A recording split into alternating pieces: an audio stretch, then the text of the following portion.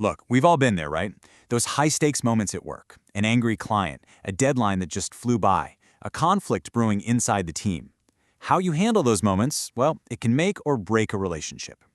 Today, we're going to break down a super practical framework to turn that tension into some real, lasting trust. Let's start with a moment I think we can all recognize. All right, picture this. It's late in the afternoon, you're just trying to wrap things up, and then, bing, an email pops up, and the subject line is in all caps. You know the one I'm talking about. And boom, your stomach just plummets. This isn't just some FYI, this is a full-on alarm bell. It's from a key client, a director no less, and the tone is already set. We're talking immediate pressure, really high stakes. And then, this line. This is where it gets really serious. The problem has just escalated way beyond a simple delay. Now it's about credibility. It's about trust. The very foundation of your relationship is being called into question. Ugh, that sinking feeling in the pit of your stomach? We have all been there. Your first gut reaction might be to get defensive, to over-explain, maybe even just to avoid it.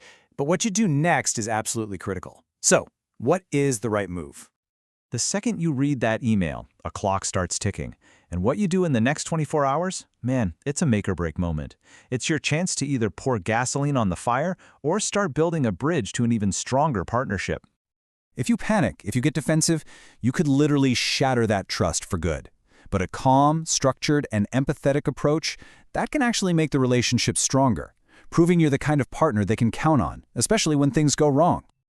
So how do you make sure you're that calm, structured person? Well, the good news is you don't have to wing it.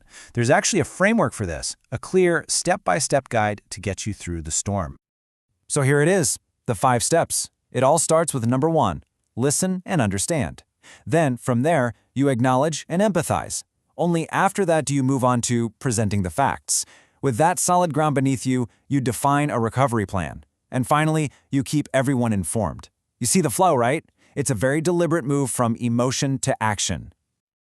Okay, that's the theory. But let's see how this thing actually works in the real world, right? We're going to rewind back to that awful email and walk through how these 5 steps can totally change the outcome. All right, so you're on that call now. The client is fuming. Your number 1 job right now is not to talk, it's to listen. You have to fight that massive urge to jump in and defend your team or explain what went wrong. Just listen.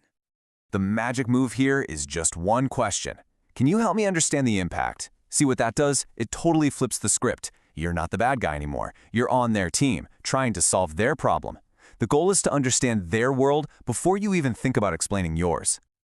Okay, you've listened. Now you got to prove you actually heard them. This isn't about saying you're right, we're wrong. It's about validating their frustration. You're basically diffusing the emotional bomb in the room. And the words you use here are so important. Saying something like, I understand how this delay totally messed up your rollout, and the pressure that put on you, that's powerful stuff. It's like the second they feel like you get it, you can just feel the tension leaving the room.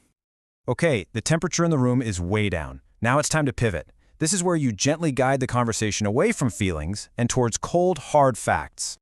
And here's the thing a lot of people miss. You don't need to have everything figured out yet. Just sharing what you do know, like, hey, we found the root cause. It was an unexpected API change, shows you're on top of it. You're replacing their anxiety with solid information, and that's how you start to rebuild that credibility. All right, you've told them what's wrong. Now you got to show them how you're going to fix it. A clear, concrete plan is what shifts the perception of you from the person who has a problem to the person who has a solution. It's all about taking ownership. This is huge because it gives them a sense of control again. A vague, don't worry, we'll fix it, just doesn't cut it. But a detailed timeline with daily checkpoints, that shows discipline. That tells your client, we've got this, and you can watch us solve it every single day.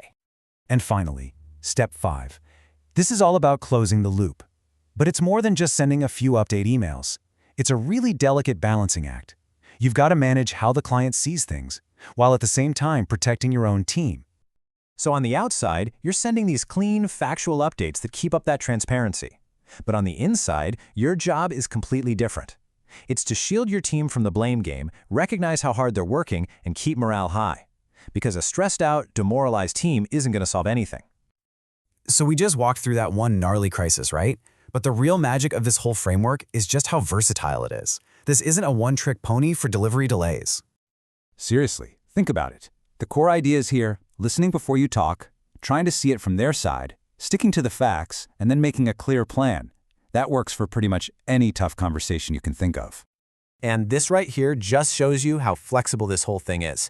Doesn't matter if you're dealing with a nasty quality bug, an argument over scope creep, or even a toxic fight between two of your own teams. The steps are the same. For a scope dispute, you listen to figure out why they thought that feature was included. For an internal conflict, you empathize by acknowledging the pressures each person is under. It's a universal language for turning down the heat. And that's really the big idea. You know, the point isn't just to get through a tough conversation without getting fired. It's to use that moment of friction to actually make things better. When a client or a coworker sees you handle that kind of pressure with grace and ownership, they don't just forget the problem, they gain a whole new level of respect for you. Because, let's be real, that next difficult conversation is coming. It's not a question of if, it's a question of when. So the only real question is, how are you going to start it? Are you going to lead with your defenses up, or are you going to start by listening?